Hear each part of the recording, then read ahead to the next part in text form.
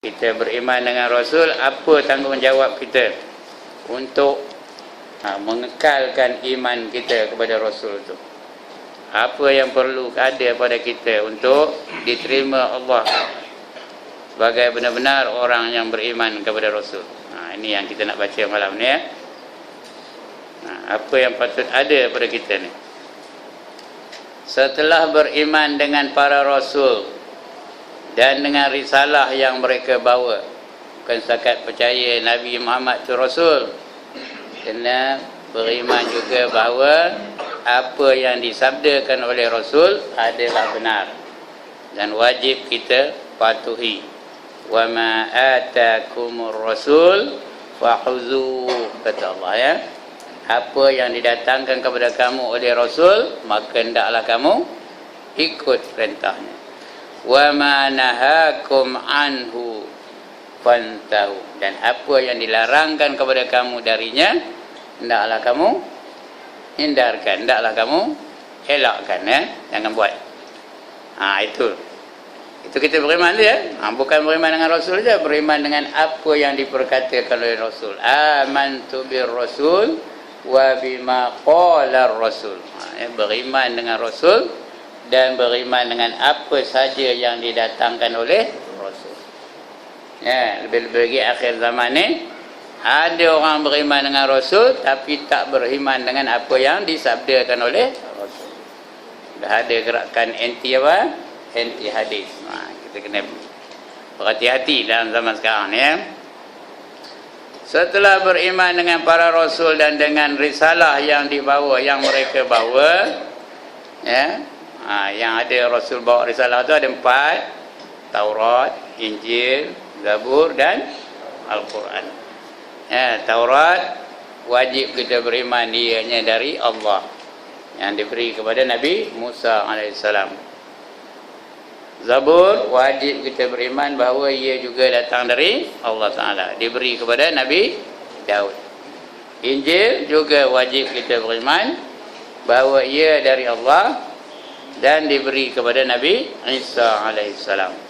Itu 3. Quran wajib kita beriman macam tadi juga bahawa ia dari Allah Ta'ala dan diberi kepada Nabi Muhammad sallallahu alaihi wasallam. Selain daripada itu, wajib kita mempelajarinya, wajib kita memahaminya, wajib kita meyakininya, dan tak boleh pula kita tolak. Itu Al-Quran spesialnya, membaca pun kena belajar. Bukan boleh baca begitu saja. Dia kerana dia bukan cakap Melayu. Cakap Melayu tak ada hukum. Tapi Al-Quran dia ada mengandungi hukum-hukumnya. Jadi membaca pun kena belajar betul-betul. Ada idghamnya, ada iqlabnya, ada izharnya, ada mad wajibnya, ada mad aslinya, ada mad jaiznya dan sebagainya. Ya.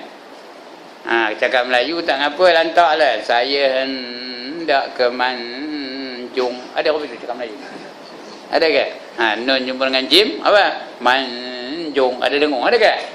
Cakap Melayu lantaklah, cakap macam mana pun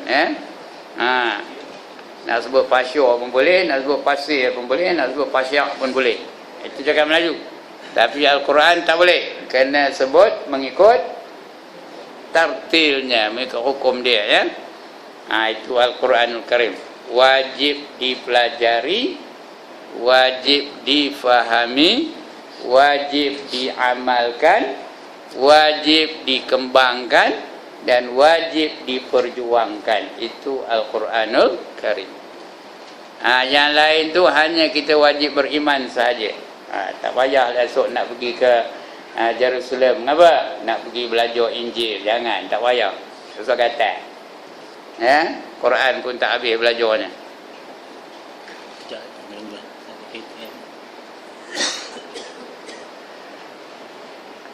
Siapa punya kereta kancil KBC 1481, kerana lampunya terpasang. Saya tak lalu nak nolaknya. Ya. Kalau tak nak kena tolak, ubahkan cepat. Okey ya.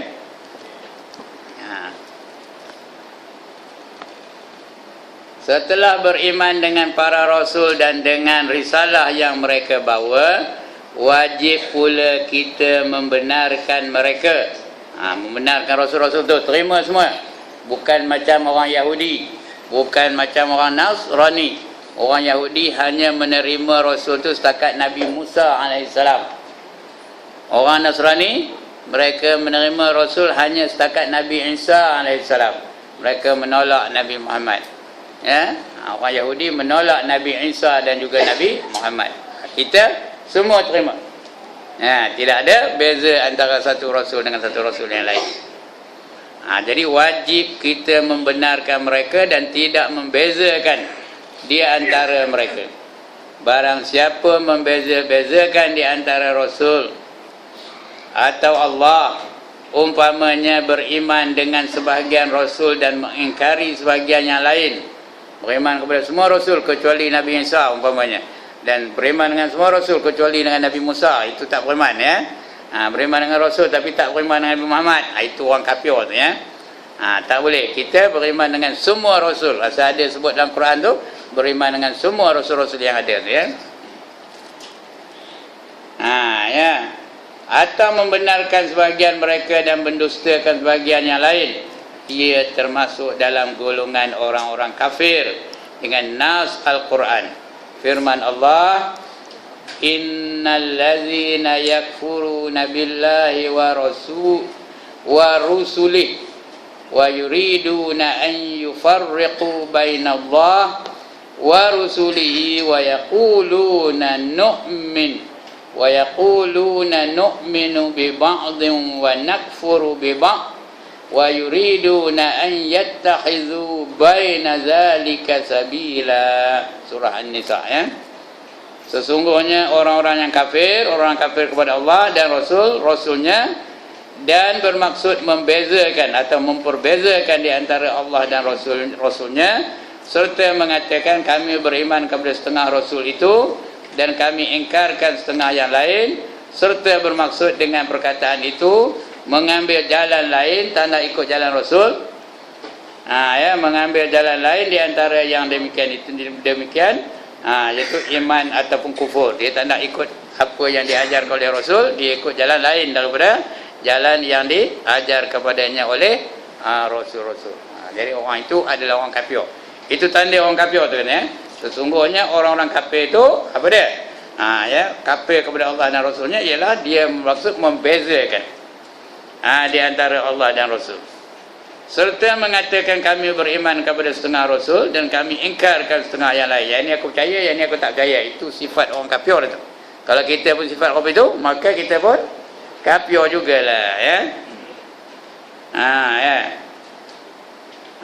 Yang lain serta bermaksud dengan perkataan itu mengambil jalan lain, tak nak ikut jalan rasul. Di antara yang demikian, itulah tanda orang yang kufur, ya, orang yang tak beriman tadi. Kita kalau kafir itu, kita pun sama lah hukumnya, kafir belakang.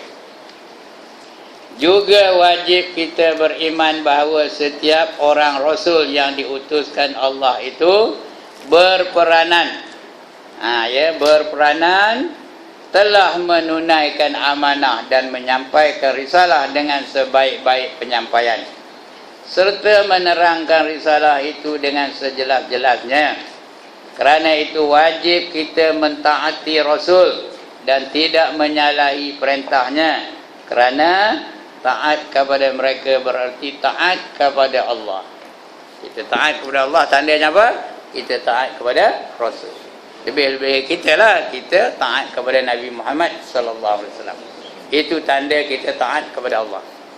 Kita taat kepada rasul itu adalah macam kita taat kepada Allah. Kerana firman Allah, man yuti'ir rasul faqad ata'a Allah. Itu ayat Qurannya, man yuti'ir rasul, barang siapa taat kepada rasul, sesungguhnya dia adalah taat kepada Allah. Siapa taat kepada rasul berarti ia telah taat kepada Allah.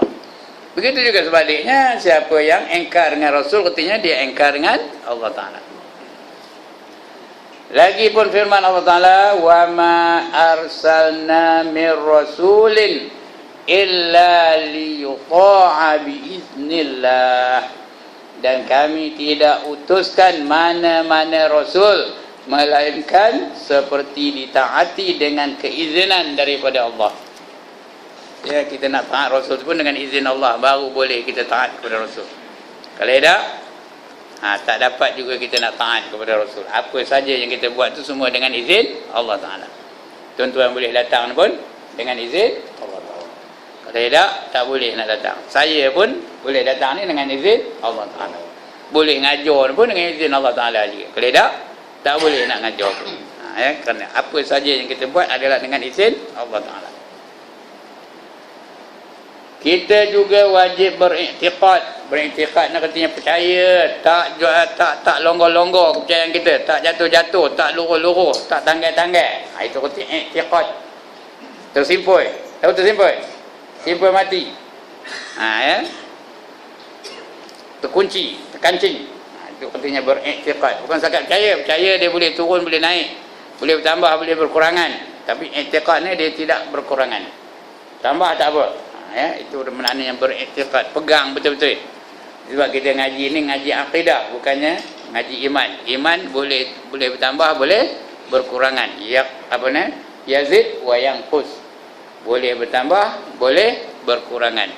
Tapi iktikad dia tak boleh berkurangan. Sudah tersimpul mati. Tak ada luruh-luruh lagi. Jadi kita wajib beriktikad bahawa mereka adalah makhluk yang paling sempurna. Lebih-lebih lagi Nabi Muhammad sallallahu alaihi wasallam, dia adalah manusia yang paling sempurna. Ya, wa kana sallallahu alaihi wasallam akmalan nas. Tak pernah dengar ke ni? Banyak pakar-pakar berjanji sini ya.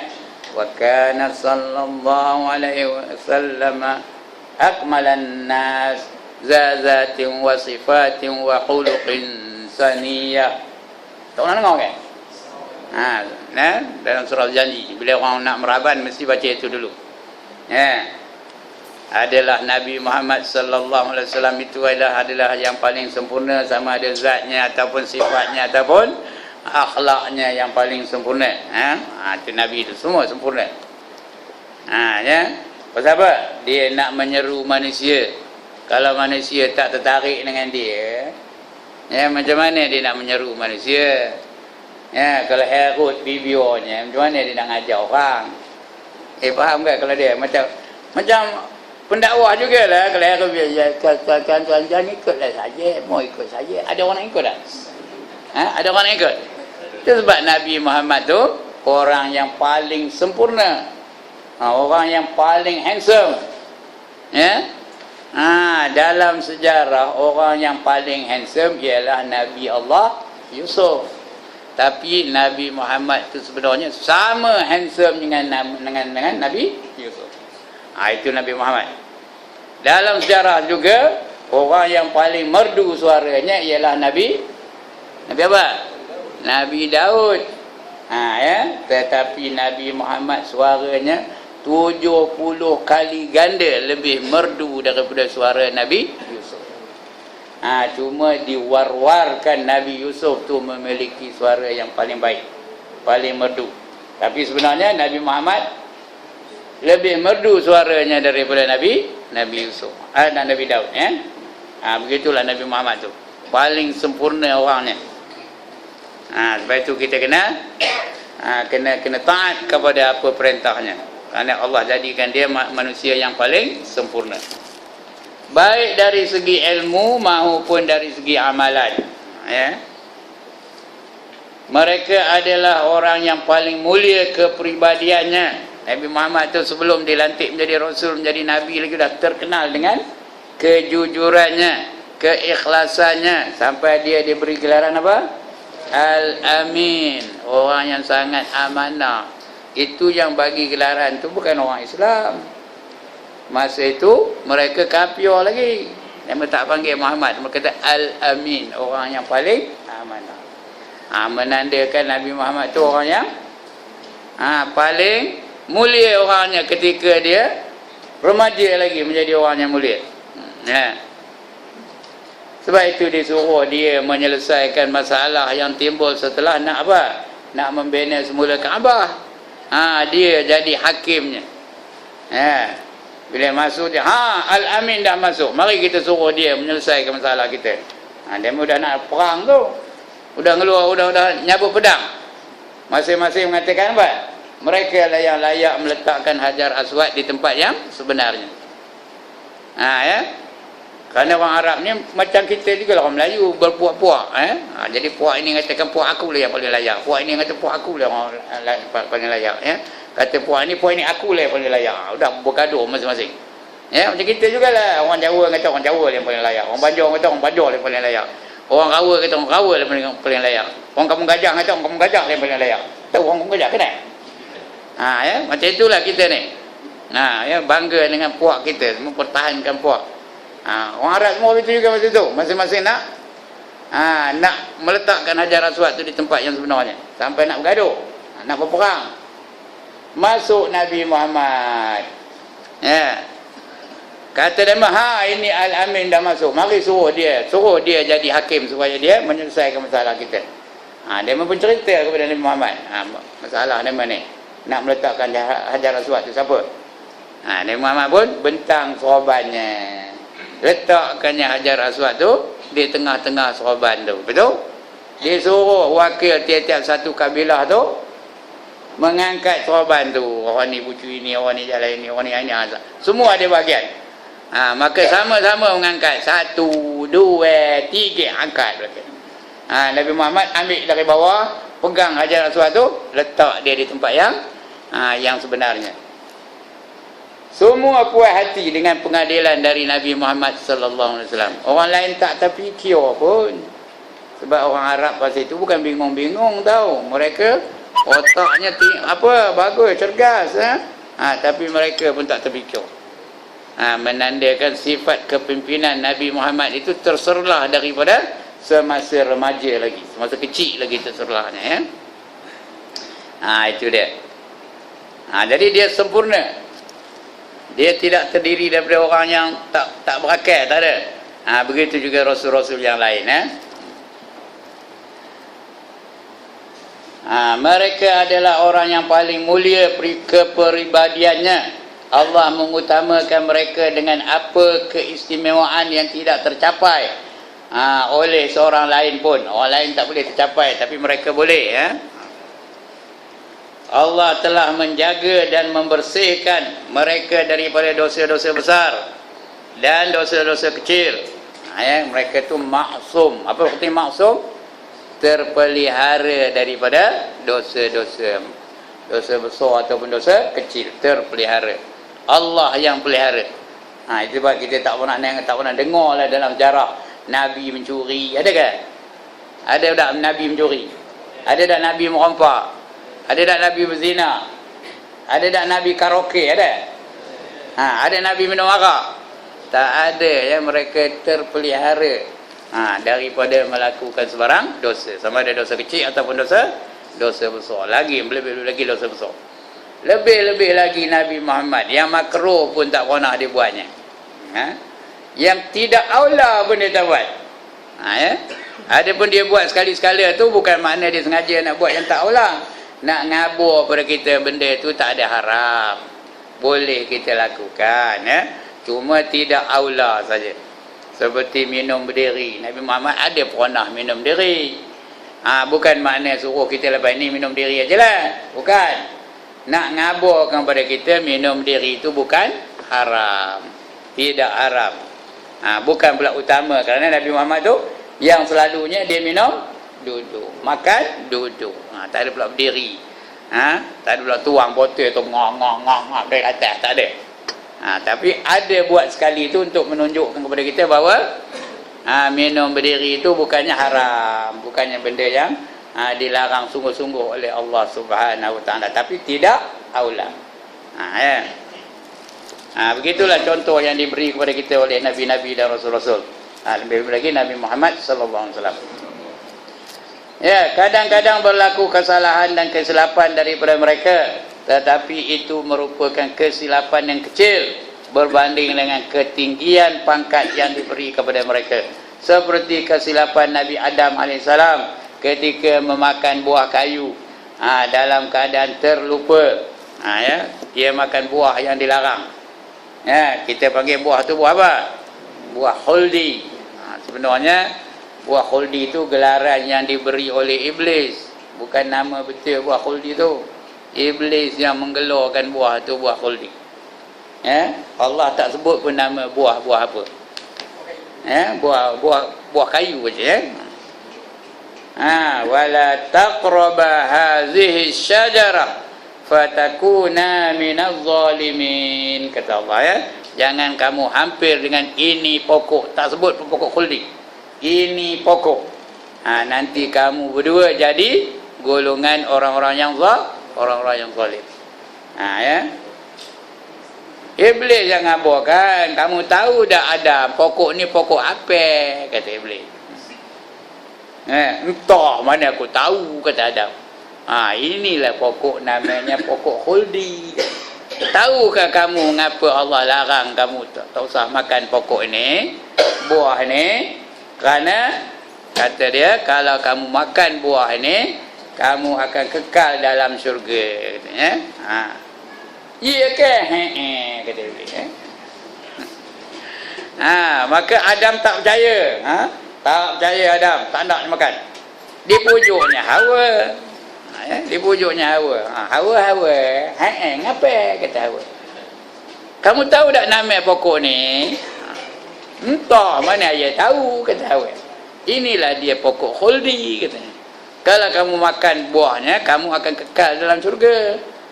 Allah larang kamu tu kerana dia tak nak kamu tu kekal dalam syurga. Iya ke? Kata. Kata. Jadi Hawa pun bila dengar itu terus nak makan. Nanti dulu kata iblis. Jangan makan dulu. Kalau kamu seorang makannya, kalau kamu seorang makannya, kamu seorang kekal dalam syurga. Adam tak makan, tak ada masuk, tak ada kekal. Macam kamu kena pujuk Adam supaya dia sama-sama makan buah yang dilarang ni. Balik aja Adam, Hawa pun boleh lah mujuk. Abang Adam agaknya dia mana saya tahu kan ya. Orang lelaki ni bila dipujuk oleh orang perempuan, apa jadinya? Lenyo. Lenyo. Ya, bila dia pujuk, boleh lah. Dia pun makan, dua-duanya makan. Ya. Keluarlah kedua-duanya, terus tanggal segala pakaian mereka. Itulah sejarahnya. Itu nak ngajar kita sejarah mengapa kita berada di dunia. Bukannya nak ngabur kita Adam pun buat silap. Kalau Adam pun buat silap, kita pun lagi lah boleh buat silap. Bukan. Ya, sengaja Allah lupakan Adam tu. Sengaja Allah jadikan Adam tu seperti itu. Kenapa? Nak mengajar kita bahawa kita ni asalnya di mana? Di syurga. Kemudian kerana Adam tu makan buah yang dilarang, dia pun keluar dari syurga. Ya, itu sekarang ni kita ada di dunia. Kalau tidak, kita di mana sekarang ni? Di syurga lah. Kita ni ahli syurga belaka, tahu? Tapi kerana Allah dah tetapkan bahawa Adam tu makan buah yang dilarang, itu sebab kita berada di dunia. Ya. Esok di akhirat, esok janganlah pergi jumpa Adam, kamu punya pasal lah aku, jangan ya. Itu dah memang ketetapan Allah Ta'ala. Ya. Untuk kita tahu mengapa kita berada di dalam dunia hari ini. Kalau tidak kita dalam syurga, tahu kalau dalam syurga. Ya. Ada ke demam orang dalam syurga? Ada ke sakit gigi? Ada ke tuai? Tak ada tua tahu. Kita dalam syurga ni, kalau kita dalam syurga, berapa umur kita? 33 tahun, you know, 33 years old only. Kalau dalam syurga. Ya.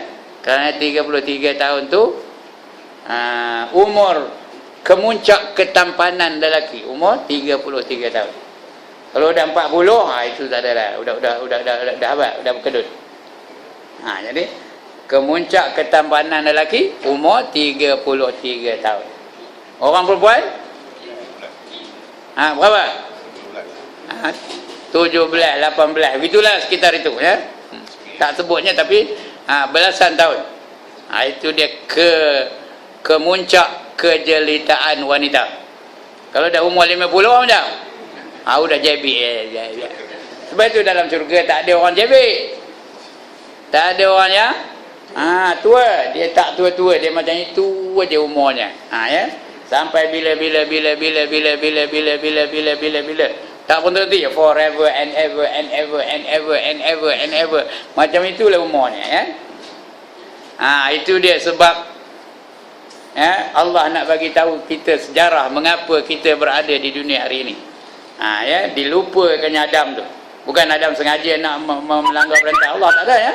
Dilupakannya Nabi Adam dan dia pun makan buah yang dilarang. Ya. Itu dia. Begitu juga kalau ada cerita nabi-nabi yang lain tu, ya. Bukan kerana mereka tu sengaja nak melakukan kesilapan, tak, ya. Bukanlah berkekalan di dalam kesilapan itu, malah diberi taufik untuk bertaubat daripada kesilapan itu. Adam pun bila sedar dia salah, dia pun bertaubat kepada Allah Ta'ala. Apa doa taubatnya?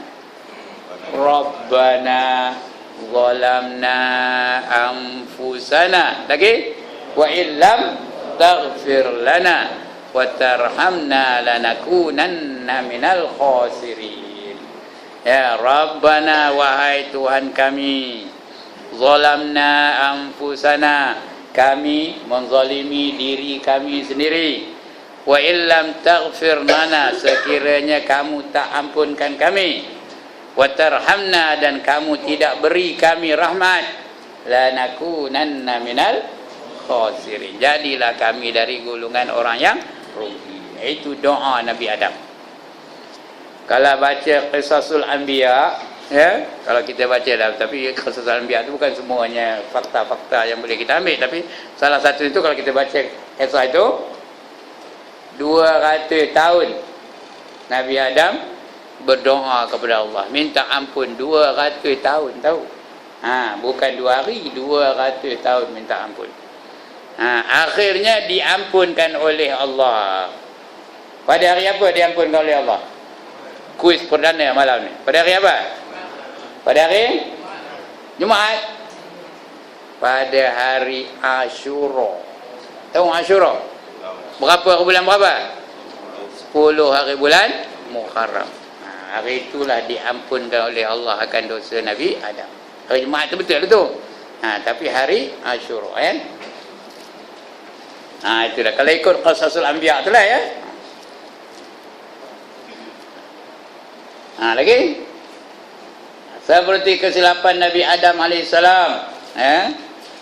Ketika memakan buah kayu di dalam keadaan terlupa kerana ia bukanlah berkekalan di dalam kelupaan itu, malah diberi taufik untuk bertaubat daripada kesilapan itu, ya. Kemudian setelah itu wajib kita beriman. Apa benda nak beriman lagi? Beriman bahawa para rasul semuanya adalah manusia. Ya. Rasul tu manusia, apa kita juga. Bukan malaikat, dari jenis lelaki, bukan perempuan. Kalau ada perempuan mendakwa jadi rasul, jangan percaya. Dulu ada seorang di Ipoh tu, tahun 70-an, ada seorang cikgu namanya Maryam. Dia mengaku dia tu Nabi dan Rasul. Ya, dia manggil diri dia Nabi Maryam ataupun Rasul Maryam. Dia duduk di kawasan sebelah Pengkalan Pego tu. Ya. Baik tu. Ada orang Pengkalan Pego sendiri tak? Ada kawasan itu dulu tahun 70-an. Ya, dia ngaku dia tu Rasul dan Nabi. Dia dapat wahyu. Bila dapat wahyu aja dia pun ambil typewriter, masa itu mana ada komputer. Ya, ambil typewriter dia tok dia tulisnya wahyu tu. Ini wahyu yang terbaru katanya. Itu dihantar kepada mufti, dihantar kepada qadhi-qadhi, dihantar kepada ketua kampung, dihantar kepada ustaz-ustaz. Ini wahyu yang terbaru katanya. Apa sudahnya entah, saya pun tak tahu. Ya. Itu perempuan tak ada jadi rasul, ya. Kerana rasul ni terpaksa menghadapi ujian-ujian yang berat. Yang tak mampu perempuan untuk melaksanakannya dalam hidup dia. Jadi dia bukan malaikat dan bukan dia lelaki, bukan perempuan. Firman Allah Ta'ala, wa ma arsalna qablaka illa rijalan nuhi ilaihim. Wa ma arsalna qablaka illa rijalan nuhi ilaihim. Nuhi itu bukannya Nabi Nuh ya. Kami berikan wahyu kepada mereka. Nuhi itu artinya kami berikan wahyu. Ya. Dan kami tidak utuskan Rasul sebelum engkau wahai Muhammad, melainkan lelaki yang kami wahyukan kepada mereka. Itu wahyu ya. Perkhabaran dari langit namanya wahyu. Kita juga beriman bahawa Allah Subhanahu wa taala telah membekali mereka dengan tabiat-tabiat atau sifat-sifat kemanusiaan seperti keperluan kepada makanan. Kerana Rasul itu manusia, perangai macam manusia lah ya. Dia makan lagi, minuman dia minum, membeli belah di pasar, dia pun pergi juga ke pasar membeli belah ya. Tidur lagi, duduk, ketawa, beristeri dan mempunyai zuriat. Itu sifat Rasul-Rasul itu macam manusia biasa. Dia juga makan, dia juga minum, dia juga tidur. Tapi tidurnya terbatas. Tak banyak tidur, dia lebih banyak jaga daripada tidur. Bukan macam kita. Kita ni tidur saja. Ya. Dalam majlis ilmu pun tidur. Ada tak? Ada ke tak? Kejap dia tahu lah ada kedah ni. Nombor 1 sedap tidur bila? Bila khutbah jemaat pagi tadi tengah hari tadi. Naik aja tu imam tu, bagi salam tu semua jaga. Waalaikumsalam warahmatullahi wabarakatuh. Bila dia baca aja alhamdulillahil qail, kata mula dah. Sedar-sedar orang dah kamat itu mujur sedar. Kadang orang dah kamat tu dia gerak ke tu baru dia bangkit. Ada tak berlaku apa itu? Ada. Mana ngapa saya pandai menon cerita kan tu? Ngapa saya pandai menon cerita kan tu? Saya kopi tu lah tu. Sebab pandai menon cerita tu. Kadang lepas tazkirah tu tahu, baru lepas tazkirah Jumaat tu. Apa itu? Mayanglah. Khotib pun naik. Khotib pun naik tu. Menengkol tadi tazkirah tu. Ya. Itu kelemahan saya lah. Itu menceritakan kelemahan saya ya. Sedap penuh tidur. Nabi pun kopi itu juga, tapi dia tidak banyak tidur, lebih banyak berjaga daripada tidur. Ya. Begitu juga duduk, begitu juga ketawa. Nabi Muhammad dia tak pernah ketawa berdekah-dekah. Tapi dia ketawa ada. Kalau dia sesuatu yang menggelikan hati baginda hanya tersenyum lebar, menampakkan giginya yang mulia itu. Ketawa tak ada. Ya, lebih-lebih lagi dia baru dapat wahyu tentang neraka. Macam mana neraka itu dijadikan Allah selama 3,000 tahun. Datang Jibril bagi tahu Nabi Muhammad neraka itu 3,000 tahun dah dihidupkan apinya oleh Allah Taala. Mula-mula 1,000 tahun warnanya putih. Lepas tu di-upkan lagi warnanya sampai jadi mula-mula merah, minta maaf, sorry. Dia mula-mula warnanya apa? Merah. Lepas tu di-upkan lagi jadi apa? Jadi putih. Lepas tu di-upkan lagi 1,000 tahun tu, 1,000 tahun. Jadi hitam. Sekarang ni warna api neraka tu apa? Hitam. Sekarang ni gelap. Sebab dalam neraka tu gelap tau. Hitam je. Cahayanya tak ada, bahangnya ada. Ya. Kemudian dikhabar pula api neraka tu 70 kali ganda sebesar-besar sekuat-kuat api dunia ni. Ya, bunga api neraka tu kuatnya 70 kali ganda sekuat-kuat api dunia ni. Itu dia api neraka. Dia bila dengar itu dia menangis. Nabi Muhammad menangis. Jibril pun tengok Nabi Muhammad nangis, dia pun menangis juga. Betul ditanya Jibril, "Kenapa kamu menangis ya Muhammad? Bukan kamu yang nak masuk neraka, orang lain." Kata Nabi Muhammad, "Aku menangis bukan kerana diri aku.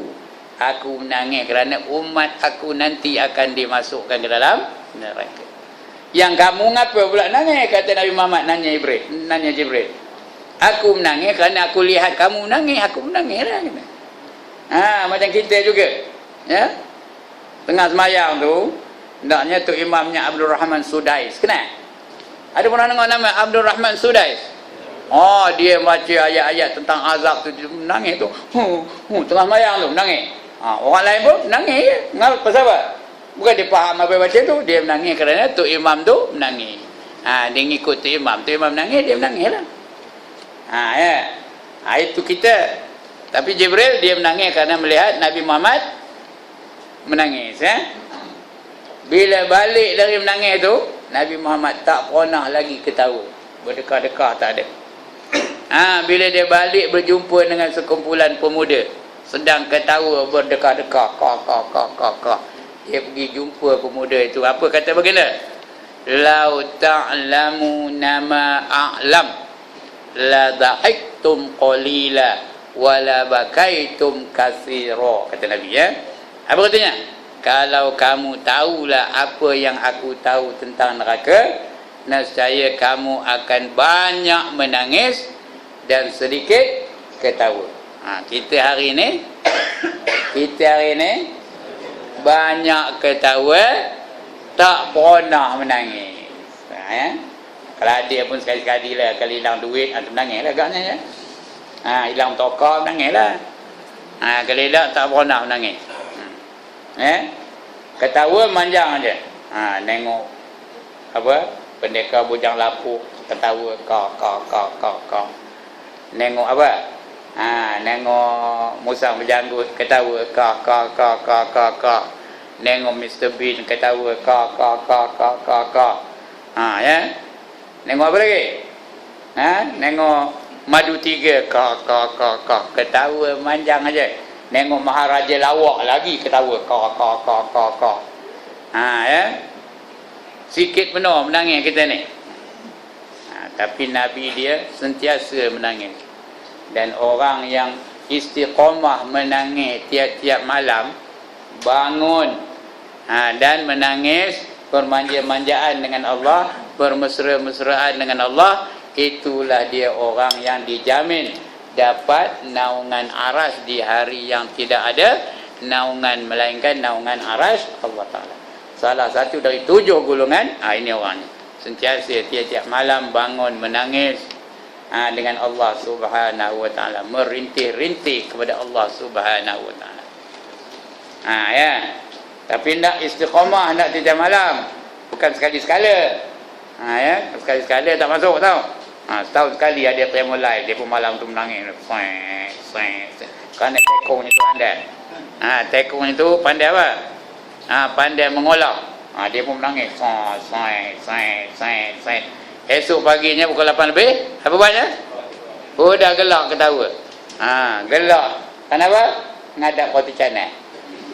Yang itu tak masuk. Dia hendak istiqamah tiap-tiap malam, baru dapat jaminan menerima naungan arasy Allah Subhanahu Wa Ta'ala. Baik, kita baca sekali lagi. Kita baca teruskan lagi, ya. Yang lagi mereka itu macam manusia jugalah tabiat mereka itu, sifat-sifat mereka itu, ya. Makan, minum, tidur, duduk, ketawa, beristeri dan mempunyai zuriat. Mereka juga turut disakiti, dizalimi, dirampas hak asasi kemanusiaan, dan ada yang dibunuh.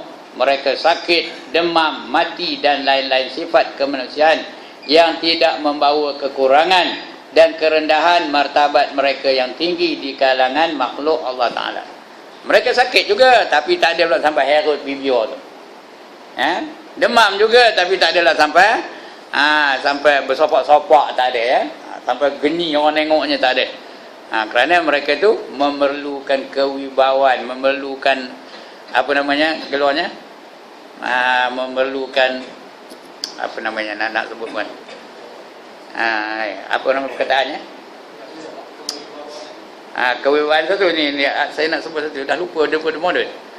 Dia punya, boleh kita tengok aja nampak, kita hormatkan dia. Kita tengok aja dia tu nampak macam apa, macam apa dia, aura, ya, dia aura ni tu. Tak hilang. Ada orangnya dia ada apa? Dia ada satu sifat betul, kita tengok je kita rasa nak hormatkan dia. Ya. Bukan macam saya nengok aja udah mulai nak nyelok lidah. Itu nengok saya. Artinya tak ada apa? Tak ada aura lah. Ada satu perkataan saya tak ingat, dah lupa dah. Dulu tengah ngajar apa ni payah benar nak ingat ni.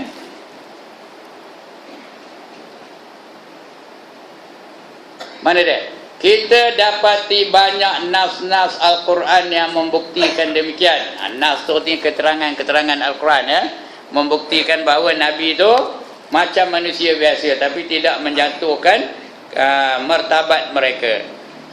Tidak menjatuhkan ketinggian martabat mereka itu. Di antaranya, wa ma Muhammadun illa rasul qad khalat min qablihi rusul afa imma ta'aw qutila anqalabtum ala aqabikum wa man yanqalib ala aqibaihi falan yadurrallaha syai'a. Lagi, wa ma Muhammadun illa rasul qad khalat min qablihi rusul afa imma ta'aw qutila anqalabtum ala aqabikum wa man yanqalib ala aqibaini falan yadurrallaha syai'a. Mun tak hafal itu lah bunyi macamnya. Kalau hafal macam mana macamnya? Kalau hafal macam mana macamnya? Nengok beda gitu. Mun tak hafal macam itulah. Surah Ali Imran. Muhammad itu hanyalah seorang rasul. Wa ma Muhammadun illa rasul. Sesungguhnya telah berlalu sebelumnya beberapa orang rasul sebelum Nabi Muhammad, ramai lagi rasulnya ya. Apakah jika ia wafat atau dibunuh kamu berbalik ke belakang menjadi murtad? Kalau Nabi itu dibunuh dalam misi dakwah dia, tak sempat nak memberitahu semua orang, kamu balik ke belakang tak? Kamu murtad balik tak? Allah tanya ya. Barang siapa yang berbalik ke belakang maka tidak dapat mendatangkan mudarat kepada Allah sedikit pun. Ya, kamu boleh bunuh Nabi Muhammad, boleh. Kalau aku takdirkan dia tu mati dibunuh, boleh dibunuh. Tapi Islam kamu tidak akan dapat memudaratkan, kamu tidak akan dapat menyekat kemarahan Islam. Ya, lebih-lebih lagi aku, kata Allah, kamu tak akan dapat mengapa-ngapakan aku. Aku tidak akan boleh kamu binasakan. Muhammad dia makhluk, boleh kalau dengan izin aku boleh binasa. Tapi kalau aku tak izinkan, buatlah macam mana, takkan binasa. Begitulah Nabi Muhammad dalam sejarah ni. Apa yang tidak dibuat oleh orang-orang kafir tu, dibaling dengan batu, dibaling dengan kayu, dihalau, dimaki, dihina, akhirnya nak dibunuh. Nak dibunuh. Tapi Allah selamatkan Rasulnya. Allah bagi wahyu, orang nak bunuh kamu malam ni. Nabi Muhammad pun tahu orang nak bunuh. Jadi malam hijrah tu, dia ngabur kepada Ali, kamu tolong tidur atas katil aku. Ya, kata. Kata Ali, ngapa Muhammad? Kata, ngapa ya Rasulullah? Ada orang di luar tu nak bunuh aku. 40 orang dah ada luar tu nak bunuh aku. Bila dia datang nanti, tengoknya kamu ada atas katil aku, dia disangkakannya kamu tu aku, katanya.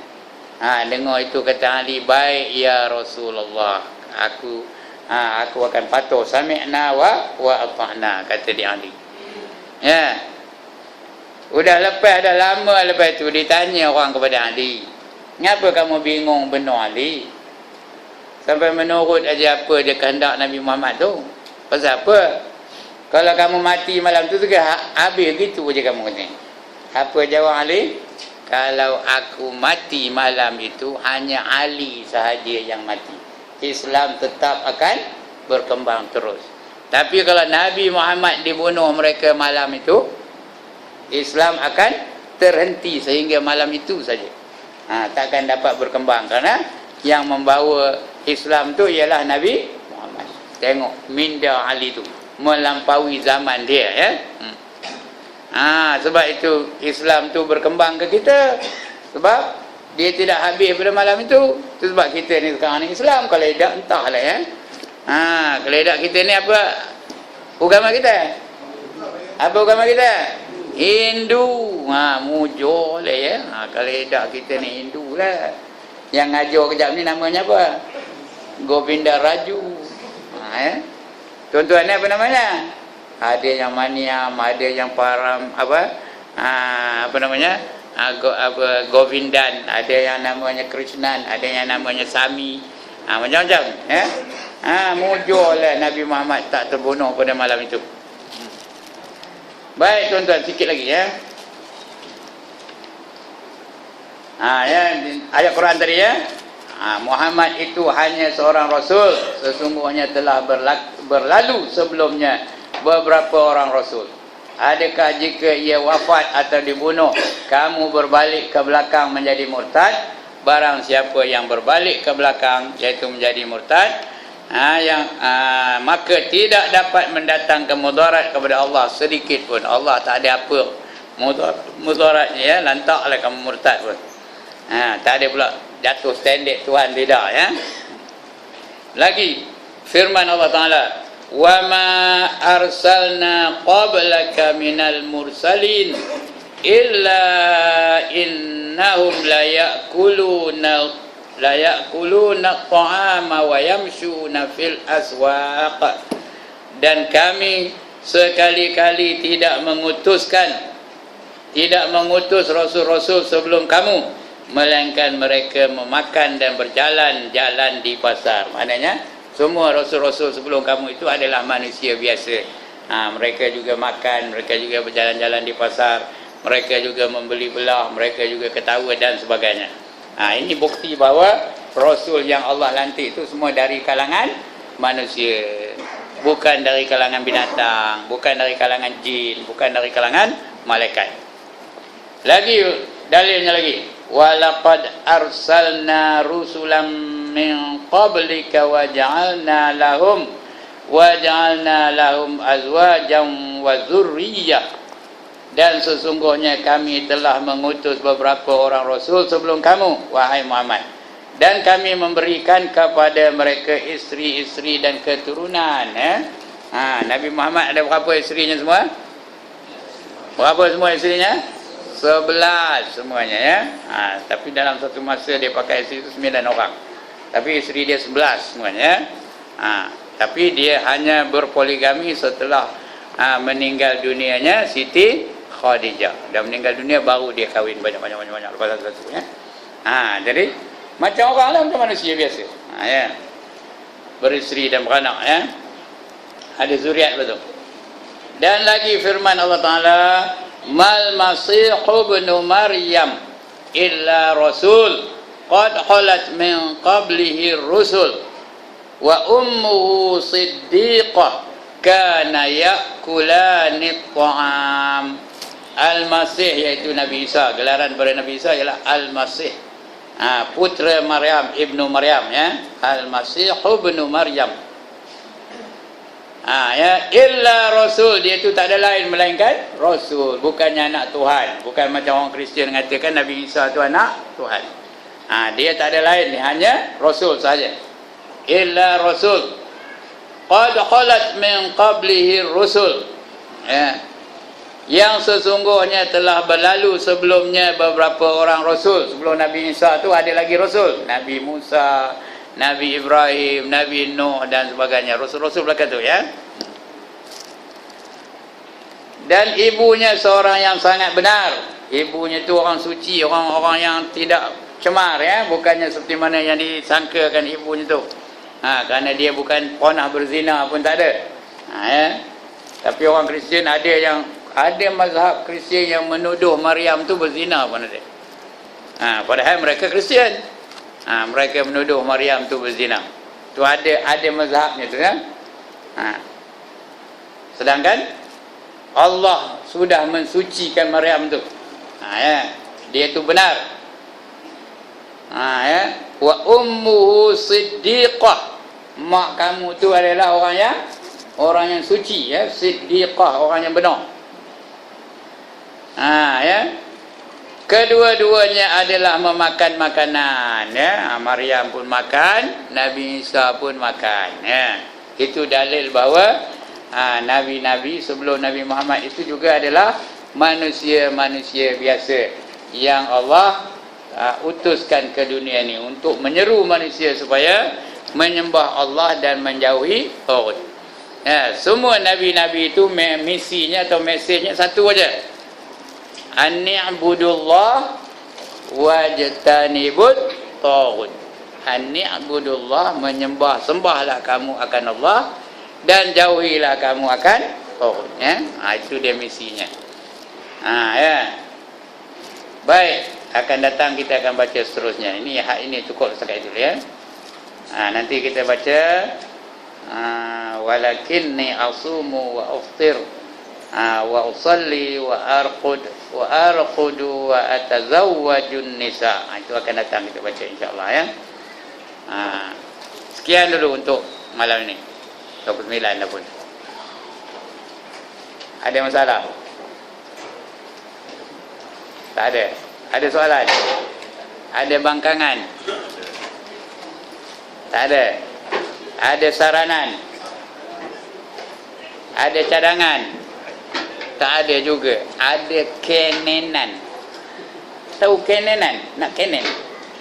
Tak ada juga. Tak ada, udahlah tu. Sekian dulu untuk malam ini. Salah silap ampun maaf. Aqulu qawli hadza wa astaghfirullahal azim li wa lakum wa lisairil muslimin wal muslimat wa ya fawzal mustaghfirin wa ya najatat taibin. Assalamualaikum warahmatullahi wabarakatuh. A'udzu billahi minasyaitonir rajim. Bismillahirrahmanirrahim. Alhamdulillahi rabbil alamin wassalatu wassalamu ala asyrafil anbiya wal mursalin wa ala alihi wa sahbihi ajma'in. Allahumma ighfir lana dhunubana wa liwalidina warhamhum kama rabbawna shighara wa li jami'il mu'minina wal mu'minat wal muslimina wal muslimat al ahya'i minhum wal amwat bi rahmatika ya arhamar rahimin. اللهم أنت الذي علمت فعلمت وأنت الذي فتحت فالهمت ولك الحمد كما أكرمت فهمت وقلت وقلك الحق وعدك الصدق سنقرئك فلا تنسى وقلت علم الإنسان ما لم يعلم علمنا من لدنا علما نسألك بفضلك أن تعلمنا كما علمتهم وتلهمنا كما ألهمتهم وتحفظنا من أنتبه علينا كما حفظته عليهم وقلت إنا نحن نزلنا الذكر وإنا له لحافظون ربنا آتنا في الدنيا حسنة وفي الآخرة حسنة وقنا عذاب النار وقنا عذاب النار وقنا عذاب النار وأدخلنا الجنة مع الأبرار يا عزيز يا غفار يا رب العالمين. اللهم اختم لنا بحسن الخاتمة ولا تختم علينا يا الله بسوء الخاتمة. صلى الله على سيدنا محمد وعلى آله وصحبه أجمعين. دعواهم فيها سبحانك اللهم وتحياتهم فيها سلام وآخر دعواهم الحمد لله رب العالمين. تقبل الله منكم.